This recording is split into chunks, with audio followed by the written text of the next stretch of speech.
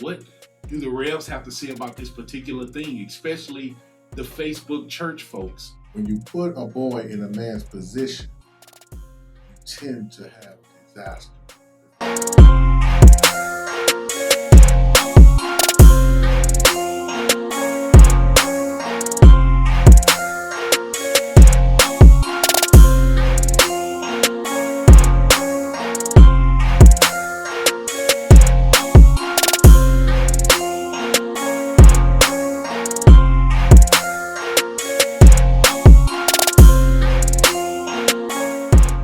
Hey, what's up, everybody? I'm Pastor B. Buckley. Pastor CPJ, we are the Revs podcast. We messed it all the way up, but we ready. What's happening? And so, Rev, what's happening, man? How you doing? Wonderful. How about you, sir? Man, I'm doing good, man. I'm doing good. I am so refreshed, man. We have talked and planned, canceled and scheduled on this journey to get right back to this place, back in the lab for the Revs podcast. And so, Rev, I want to jump right in to just some shout outs, man. So much has happened in between our last shooting and being back today. For those that are probably viewing for the very first time, I want to say to you, the Revs podcast is a candid conversation among pastors. We realize that many people wonder, what does the pastor have to say about this or that? And so the Revs podcast was created to tackle so that you don't have to assume what's our perspective about real things that are going on in the world and, more importantly, in the church. And so that's just a brief introduction of what the Revs podcast is all about. And so, Rev, I want to tackle a few shout outs as I shared. For those that are watching us from all across the world and, of course, locally, we want to start off, and this is no better way to start off than to salute, rest in heaven, to the legendary. We're here in Baton Rouge, Louisiana, and so this is our evangelist, the legendary, the late Jimmy Swaggart. Rev, what you got on? What an incredible gift to the body of Christ. This man has been a blessing around the world. Rev, particularly here in Baton Rouge, yes, sir, just have done a phenomenal yes, job. Not only just looking out for those around the world, but literally right here in our backyard, all walks of life. This man is known throughout communities here in the city of Baton Rouge for the work that he has done. Phenomenal, Brad. Just phenomenal. Just phenomenal. Yes, sir. Well said, man. And condolences to the Swaggart family, man. But it's no question. And Family Worship Center, man, it is no question the mark that cannot be erased. No. That the legendary, and I say that affectionately and I say that sincerely, the legendary evangelist. And there were some things that I differ with him about, but I'll tell you this. The message of the cross, he went out. Changed my life. Changed my life. Went out, man, yes, sir, like none other. The message of the one message. That's all he had. The John the Baptist of our day. One message. How do you do it? Man. Incredible. Man, listen, I was just reading, I was over at Daddy's house this past weekend, and I was reading a commentary of Jimmy Swaggart. So ironic, he happened to be reading himself, and man, all I see is the cross. Everything brought you back to the cross. And so in all that he's done, and he's done a phenomenal job around the world, the greatest thing he could have left us with is not how to do worldwide ministry, but how to preach the message of the cross. Well said. I salute you, sir. Yes, sir. Yes, sir. From the Real Podcast and show, of course, even to the understood successor, now Pastor Donnie Swaggart, man. Salute to you. I want to say, I'm just going to throw this out there in worldwide YouTube world, is that I got to get my hands on that Bible, the Bible that he was the commentary of it, the Jimmy Swagger Bible. So the Jimmy Swagger commentary Bible. Yeah, I gotta get our hands on. Don't worry about it. I ain't borrowing. I need my own, and so I gotta find a way to get it. Blah blah. So let's keep going with some shout outs. And so a few other things that happened. Guys, we want to encourage you. We got the Revs podcast at gmail.com. You can either one of us, whether it's Brandon Buckley, Kerry Payton, you connected with us on Facebook, drop it in the DM if there's anything significant you think we should shout out in the church world, in the local city of Baton Rouge, state of Louisiana, or just anything that's significant to you. We'll review it, our team, and be willing to shout out. Let's move right along in our shout outs to my brother in the faith, your son in the faith, Apostle now, Juan Parker. Incredible. On his elevation, man. Incredible, man. Wow. Incredible, man. Wow. This man is so well deserved. Yes, sir. The elevation of the office of the apostle. He's really before his time. I just solidified what God had already called on his life. Yes, shout out to Apostle Johnny Young. Yes, sir. Absolutely. Man, doing such an incredible job. Hope Bible Institute. Amazing teacher. Yes, but this man, Apostle Juan Parker, just a powerful man of God. The world will know about Apostle Juan Parker. Yes, and then of course we have those others, elders and pastors who was on, who had got elevated. Man, it was just an incredible time. Sir. Thank you, Brad. Yes, sir. Yes, sir. Thank you for being such a part of it. Man, what a moment. What a moment we had, and just an amazing time. Yes, very powerful time that we had in the Lord. So shout out to all of those who got elevated. And Rev, I'm going to pause right here to Bishop Kerry Payton. You did it right. You dressed the man of God. You did it right. Excellent. I know it was such a heart-jerking moment when our dad at the move meeting this past Friday, our spiritual father, shout out to none other than the Bishop Raymond Johnson. Dad mentioned that you know how to do it right. He told me. And he knows it. And so it was just a moment. I can only imagine. I say, man, I'm starting that crying. You started that crying, Dad, right? But Dad know he telling them tears in a minute. Man. Come on, man, in front of all these people. It was incredible, man. And, to be among your peers and others, that was great, no doubt about it, Rev. But to hear your spiritual father, one that you aspire to be like, yes, sir, in great shoes that you have to fulfill.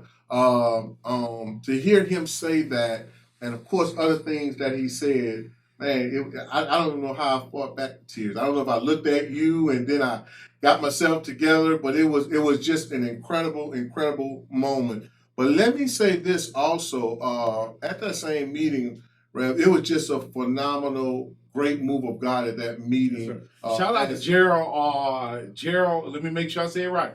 Williams.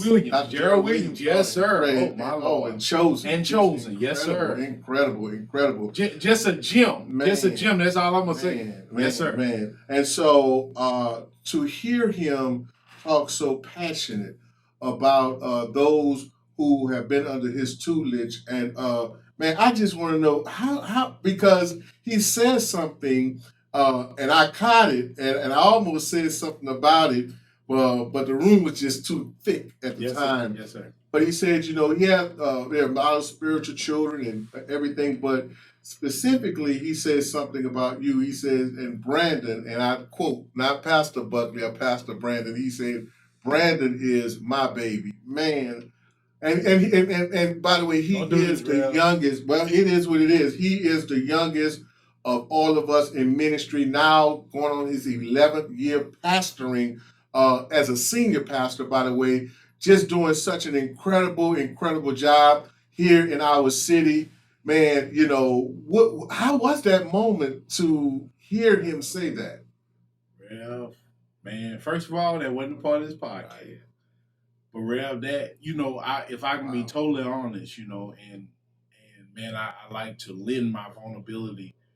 Man, I hadn't heard that statement since my mother was here. Wow. And so, you know, yeah, what I chose to do in that moment, and I was so proud of myself, it was just to receive. Yes. Just to receive that you, myself, are afforded in the land of the living to hear their spiritual father be proud of them. Yes. And to hear Dad start by saying, just like Stephanie is my baby, yes, Brandon is my baby. And if you know him and how much his biological the weight of that statement mean to him, yes, sir. It's just second to none. Just an incredible man in front of so many of the greats. Giants, right? Wow, so many of the greats, man. But I'm so thankful that we made him proud. Yes, sir. And shout out to our other covenant brothers and sisters around the country. I don't want to miss none. Shout out to you guys. Man, you know who you are. Shout out to you all. We serve and we have served and still are serving a phenomenal gift to the body of Christ. Yes, sir. Yes, sir. Salute, Dad. We love you, man. And so, let's go. All right. Come on, man. Shake me. Well, we got one more. So we got one more. We gotta do. Did we do Pastor Cyrus? Yeah. Here we go right here. So I'm glad we in the right place. You know that. So next shout out, congratulations for the retirement of another one of our giants in Baton Rouge. We love. I'm just gonna go ahead and talk like a preacher. We love to hear him hoop. We love the hoop. We gonna miss the hoop. Nothing like the hoop of the pastor. Yes, sir. Leo Cyrus Sr. Yes, sir. Congratulations, sir, on your retirement. Job well done. From those of us that have watched you from afar, gleaned from you from afar, you are our hero. You're our hero. I'm telling you, just congratulations. He did it right. Yes, sir. He did it right. Yes, sir. He did it right, man. And he did it right. And of course, we cannot miss out on his successor, Pastor Sam. Welcome to Baton Rouge officially. We heard you've been tipping in here the last 3 years, but you ain't tipping no more. Wait, you here to stay? Not one church, two. Yes, sir. Man, that's history. That's well said. That's historical. Well said. That is historical. Oh, we're not going to deal with the denomination. Yes, sir. Well said. Well said. Two churches. Man, that is incredible. Two churches. That is incredible and well deserved. Yes, sir.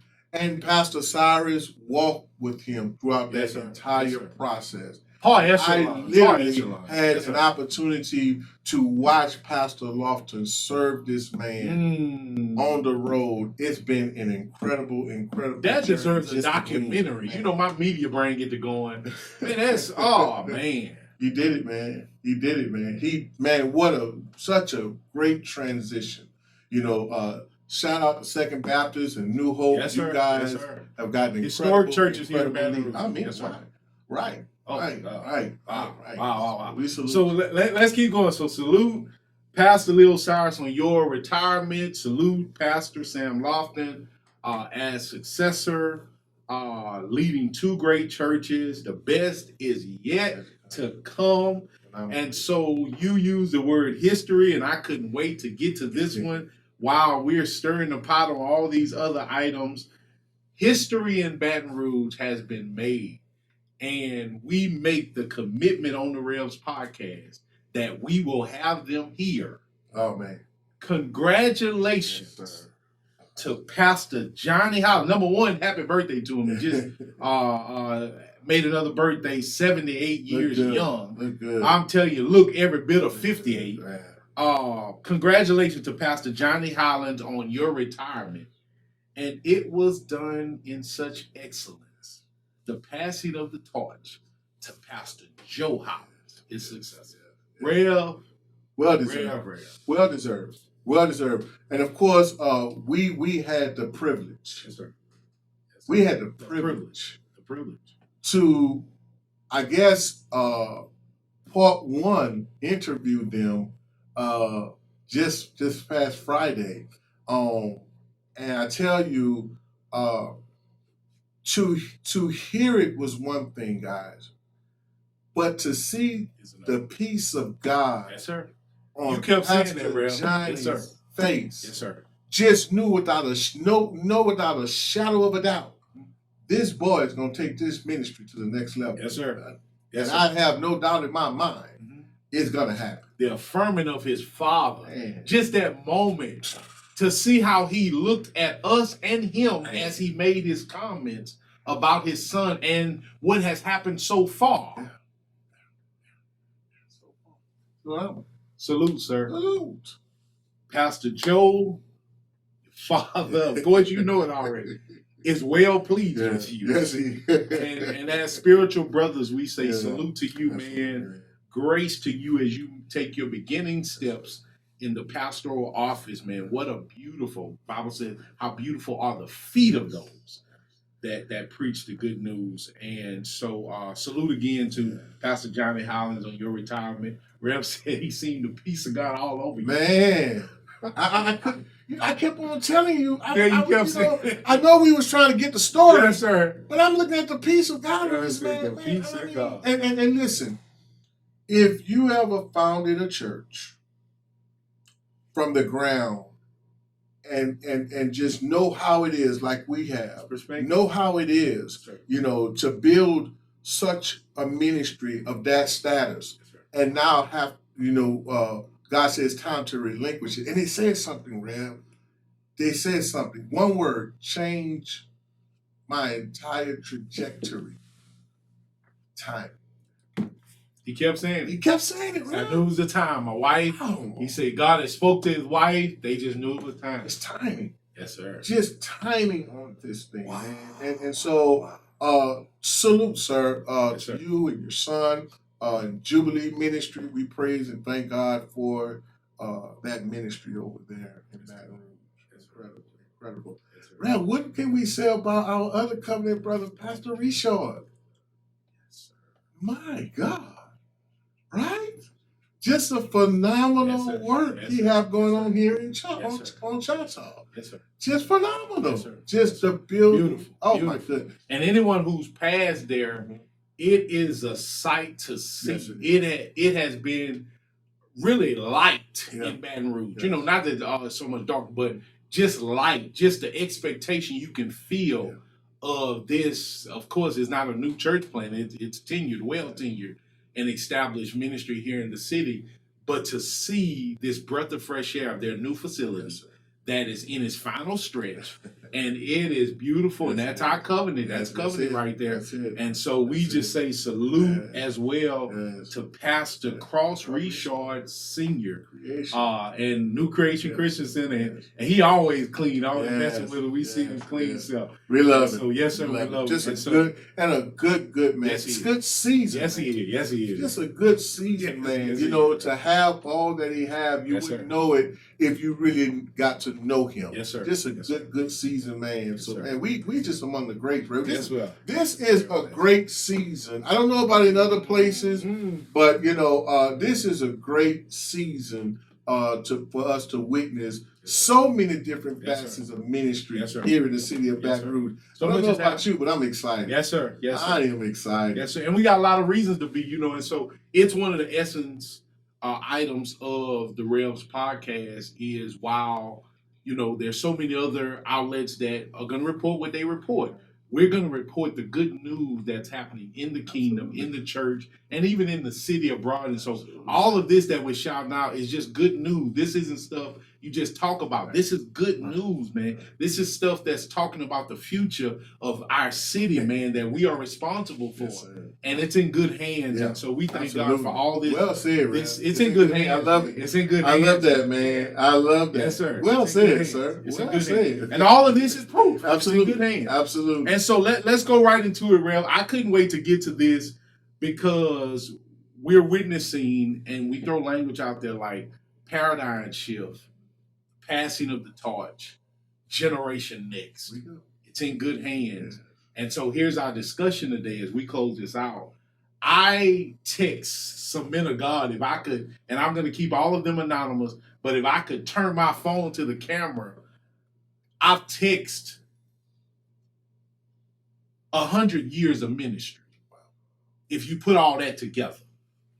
And I'm talking mega, in membership. I'm not ashamed. I'm not scared of mega, mad at mega. No, I'm blessed to be able to text mega guys, giants, down to guys who have mega ministries, and maybe averaging attendance, whatever that looks like. All of their replies and wisdom is valuable to me. And so I want to start it off. And what did I text them? Somebody's trying to know. And I dropped it on Rev as we prepare to sit down. I would ask them this one question, and this is my text to all of them, cookie cutter. What's the number one reason you believe succession in ministry is important? I wanted to know to them, what's the number one reason? And so, Rev, I want you to jump right in, but I want to read this first one that just blew me out. I said, man, these guys are just... I got to hear this. That just messed me up. Just some of the names you called. Yeah. And of course we won't. And I reached all the way to Georgia. Yeah. I reached all to a goat in Georgia. and I'm talking about he ain't give me not even 2 minutes he texts me back. He says one word, legacy. So the question, let me make sure I throw it out again so we can grab the essence of these replies from these great men of God. So the question is, what's the number one reason you believe succession in ministry is important? And so this man of God replies one word, legacy. What else is there to say? Legacy is an indication. I can't do it. All right. He's right. Legacy is an indication of how well you did as a leader. Wow. Whether it's your child or another leader, it is a reflection of you. I will give one more, Reverend. I need you to jump in. Legacy. It's just a mic drop. I'm laughing because, man, these guys, man, they do it every time. Here's another one, man. Monster here in Baton Rouge that I call my big brother and friend. He says, I believe you are not truly successful until you have a successor. So, Rev, I need you to tell me, what's the number one reason? What? I know, but I'm putting you right in the middle. I need you to come right in the middle of that. I know. I'm sorry. What's the number one reason, Rev? Let's talk about it. They want to hear from us. What's the number one reason you believe succession in ministry is important? Listen, I've been in ministry now 30 years. Yes, sir. And I can tell you this. To hear legacy some 30-something years later, it almost leaves me speechless. Because I promise you, and those of you all who've been 31 years past and beyond, whatever in this thing, legacy was not one of the headliners to talk about. Especially for the African American. It was. Thank you, sir. Thank you. Thank you, context. Thank you, sir. It was not. And to our friend in Georgia, I almost slipped up. I say, yes. It's everything. It is the sum total of your life. It is the answer to if you did it right or not. Oh. When you do the math, when you do the inventory, listen. If your vision lives with you if your vision lives with you, or in other words, when you die, the vision died, then it's not God. Say that again. If you die, if God gave you a vision, and when you died, the vision died, then you wasn't a good steward. Your vision should always outlive you. I need to say that again. Your vision should always outlive you if it comes from God. Yes, sir. Because number one, let's work. He says right. Pastor told me a long time ago. He says the pen brain is longer than the mem brain. I like that.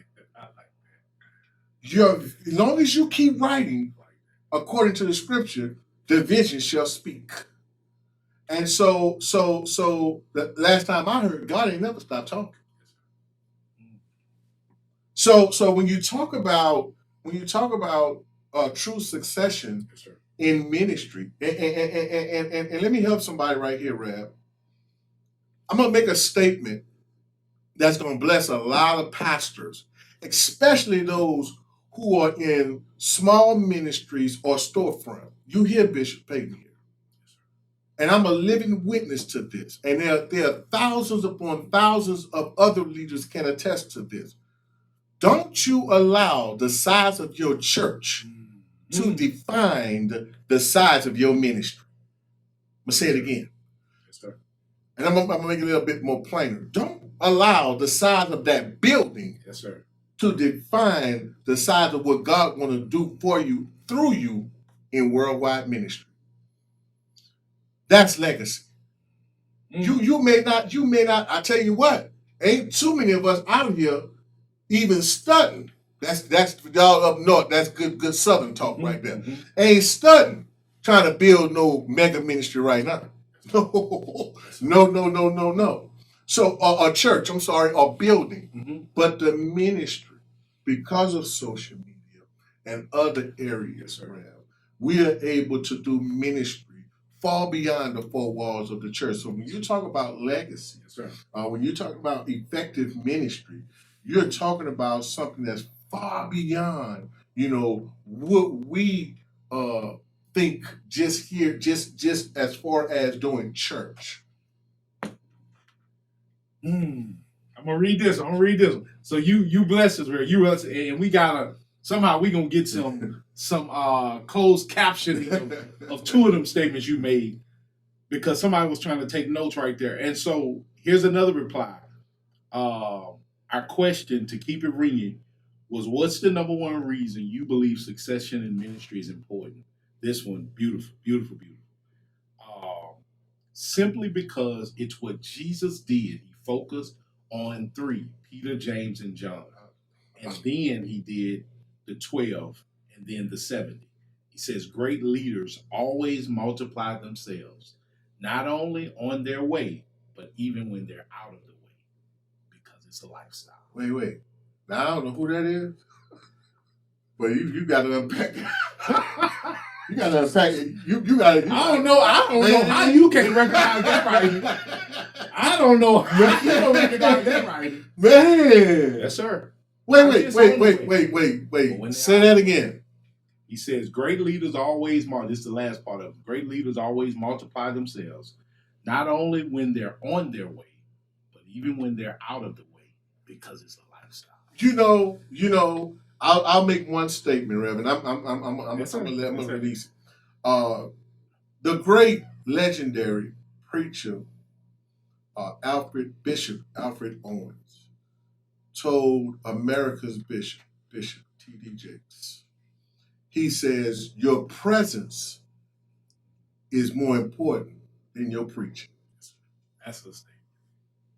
Your presence, yes, sir, is more important than your preaching. Now, y'all religious folk, don't be writing us and, Yeah. You can't catch it. Yeah. Ask the Lord to reveal it to you, Yes, sir. But you good spirit-filled folk, y'all understand that real good. Yes, sir. Your presence is more important than your preaching. Yes, sir. What a statement. Yes, sir. And Lord, with this man, just phenomenal. Because you don't have to say nothing. And you still, and the legacy is yet, and the story is yet being told about it. Yes, sir.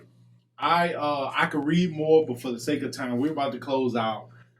I want to drop, a thought that came to mind when I was writing out our sketch for today.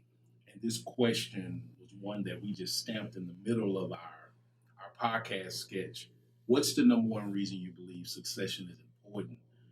And I simply wrote, what came to mind was, succession is an act of sincere and successful stewardship of God's church. Succession is an act of sincere and success, because it's going to take sincerity to not be selfish. Well, that's so good. And then, wow, it's success. Wow. Succession is success. Successful stewardship. And this is the part that helps succession, I believe, be a thing, if you will. Bad English, but what makes succession a thing is because you understand you only had the opportunity to steward God's church. It's not yours. And so, sincere and successful stewardship of God's church. And so, let's dig into this, Rev, because we want to close out with a few items. But our discussion today, as we look at so much, man, locally, Coffee Call, right there, historic spot here in Baton Rouge. And I ain't arguing with you, Rev, about whether Cafe Du Monde or Coffee Call got the better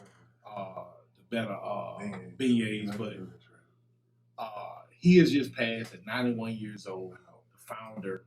And so we're witnessing the changing of the guards, secular, especially locally. We, I know a lot of folks master on, are they looking at the world? But man, I'm so busy with my eyes on my city that we're observing that it's happening so close. It's in our backyard. The changing of the guard, generational change, and it's of God. It's no argument. I think we all agree right there. I don't have to wonder. We all agree this is of God. And so I want to ask a few questions in the context of the church, because we're pastors, and I believe many people, it's the meat of our show. Many people want to know, what does the pastor have to say about this? What do the Revs have to say about this particular thing, especially the Facebook church folks? And so I want to tackle this thought, Rev, and I would love for you to chime in right here. It is, what is the danger of succession too early or too late? Because you talked about that timing thing and how it was just a light bulb out, because it was just this ringing thing that we heard as Pastor Holland shared his road to succession along with his wife and his son and his family. So I want to know from you, because everybody's talking about it, and some people think it's too early in some sense. Some people think it's too late. And so I want to know, what's the danger of succession on both sides, too early or too late? I think too early is the danger. Yeah, that's the danger of the two. Yes, sir. The Bible is very clear when it speaks about a novice. One who's not trained or skilled to handle the task which is before them. Especially when you're talking leadership, because in order to be a leader, you have to have followers.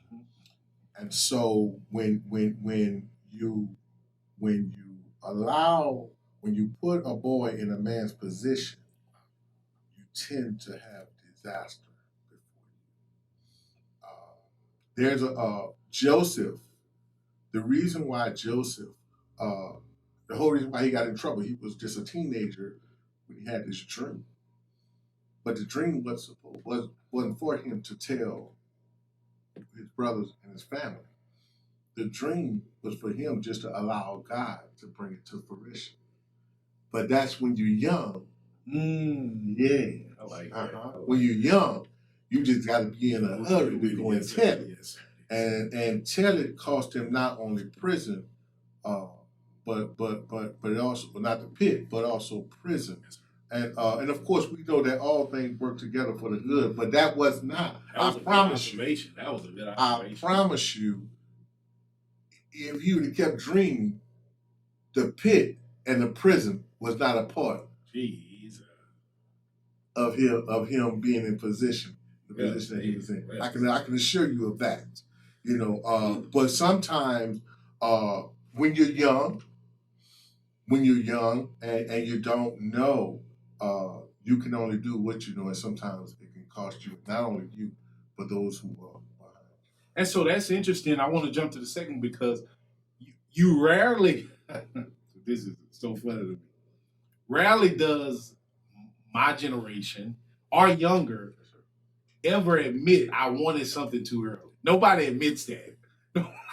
Nobody admits that. It's like, This is true. But the truth is, if you live long enough and you look back on your life at things God didn't give you when you asked for it, if you're honest with yourself, you'll be able to say, man, I wanted some stuff too early. But you just rarely hear people say it. So let's jump into it. Great observation, where You pick that apart like only you can do. And so let's ask this question, and we're going out with this item. Uh, if you had to say, Rev, and I got one more after this. I got to touch this one more. But what's one way that you feel succession affects both the emeritus and the successor? If you had to say it, so I'm gonna kind of give a reply to kind of make plain what I'm asking. And so, what's one way that succession affects both the emeritus and the successor? I believe, I shared with you that I was so, man, I'm almost overwhelmed sharing it now. The late Dr. Pastor Jesse Bilbeer, I was blessed to spend a day at his home. Whole day? Full day. I mean, Invited to his home. And you know me. Should have had a camera. Just asked him question after question. Because this is a man that his work, the work of the Lord that was on his life, was in the area I grew up in. And so he is just organically a hero of mine. It's just what it is. And so I asked him question after question, and he answered them. He's so frail, and he's sitting there, but he is intrigued by every question that I ask. He addresses me as young preacher, And so he said something that is in context of this question that I cannot forget. I said, what will you miss the most? I'm talking about how does succession affect both the emeritus and the successor. So I'm talking on the side of the emeritus. I said, what will you miss the most about pastoring the Great Mount Pilgrim Missionary Baptist Church? He says, young preacher, me and my wife made the same drive every Sunday morning, same time. Don't want to quote the years, I don't want to mess that up, but definitely plus 30 plus years. Same drive every Sunday morning. He said, I'm just going to miss both of them. The same drive. You didn't say a message. The same drive. You didn't say coming in teaching Bible study. The drive. He said he and his wife. He said when they took the last drive, man, they were taking care of her and different things like that. He could sense it coming. He said, honey, last time we'll take this drive. It real, when I tell you, it just, so watch what he did. Somebody say, oh, a drive. Well, no, it shows how, man, this is your life. Imagine you work downtown, you work wherever, you work in a warehouse, you run a company, and most of us are creatures of habit. We take the same drive. It's a part of our life. It's a part of our life. It's ingrained in us. That drive is your normalcy. It's your reality. And if someone ever just forces you off that drive, or you ever have to meet the moment where you can no longer take that drive, your life is changed forever. It's not as light as it sounds in words that we're exchanging now. And so I thought about that. His life has changed forever. Yeah, the emeritus, we celebrated all that, the ribbon, the bouquets, all that stuff, but it's changed forever. Then the successor, I could only reflect, we're talking through what's one way that succession affects both the emeritus and the successor. I can only remember being age 32, accepting my call, hands laying on me, beautiful service. I can remember it like it was yesterday. Yet, my 30s were a blur. All I remember, I'm in my personal prayer time with God. Like, God, if you see it necessary, can you give me memory of my 30s? It's a blur because literally, I don't want to sound like what I'm not is angry with church but my 30s was literally learning how to be a shepherd. Learning what it is. I know many just jump in, I'm a shepherd, blah, blah, blah. But I was desperate to know what's the heart of a shepherd. I know the heart of a good man. I know the heart of a good You can find a lot of that in the scriptures and all that. You just being a Christian and whatever you are. But I wanted to know. This was one of my first questions. People have theological questions. I was asking every man of God I knew, what's the heart? If you can explain to me, what's the heart of a shepherd like? Because sheep bite, sheep leave, sheep can be mean, man. Sheep can treat your family. And I get it. I ain't mad at nobody, none of that. No, I love the sheep. But I know that I've watched some stuff as I watch my pastor. And so I wanted to know the heart of a shepherd. And so how does succession affect that successor is that you're so curious of what's next. What's this going to be like? Yeah, I'm excited about it. No lack of excitement. No lack of expectation and all of that. But I can only imagine successors just wanting to know, man, what is this going to be like? And so I want to ask of you, because that was my question. That was just my ongoing question. What's the hardest thing? Great answer. You know what's one way, or if you got more than one way that you feel succession affects both the emeritus and the successor? Listen, you did a phenomenal job talking about one of our greats here, Dr. Bisberry. But you don't know, Pastor. You don't know, and because I don't want to sound cliches with the scripture, but it is what it is. We do walk by faith and not by sight. And you just have to trust that, number one, there is a great, and I'm talking about a great relationship between the two. And when there's a great relationship between the two, and everyone know their respective roles at this point, I can't help but think that, in spite of, yes, you made a beautiful point of wondering what, but even in the what, don't forget to enjoy God. Yes, sir. Because he who has begun a good work shall complete.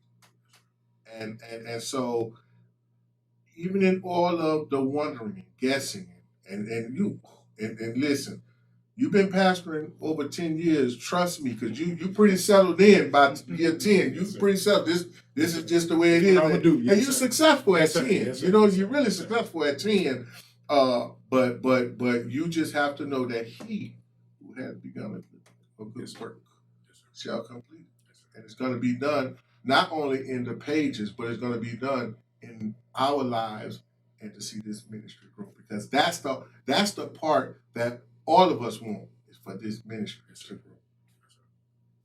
Beautiful, beautiful. And that's a great encouragement to any successor out there that, what are some very important things for you to hear at the very beginning, your beginning steps?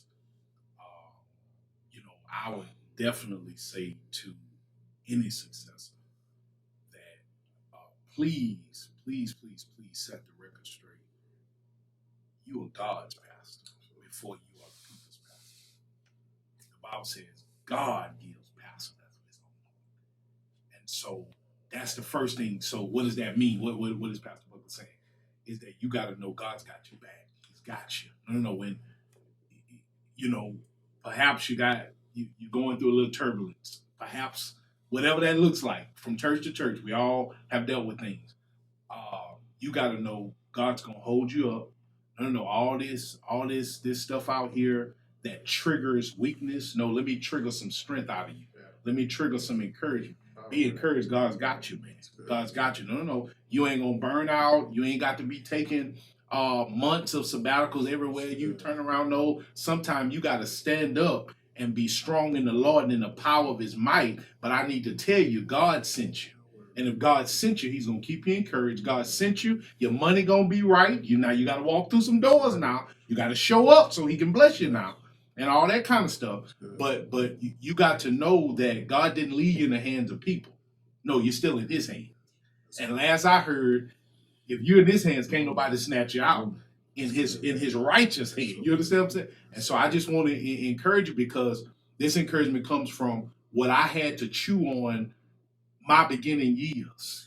I had to remember that while there are people that were good to me, there were people that were not so good to me. God says, don't even do the math on that. what I need you focused on, I sent you. You're in my hands, and I got you. I'm going to make sure you and your family never want for nothing.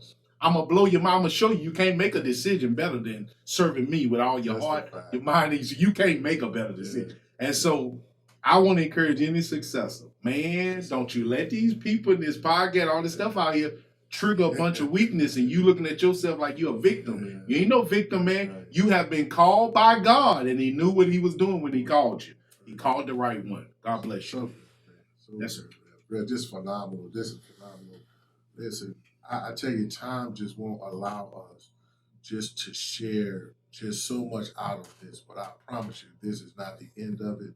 There's more to come. Rev, I'm glad to be back, man. Yes, sir. Yes, sir. Man, I'm glad to be back. Yes, sir. This is phenomenal, man. Yes, sir. I know, you know, because pastoring, when you're doing it for real, it can definitely pull you away from a lot of things because your heart is to make sure not only the people of God, but the sanctuary, the house of God, is prepared for the people of God. And that takes time, especially when you're doing things with excellence.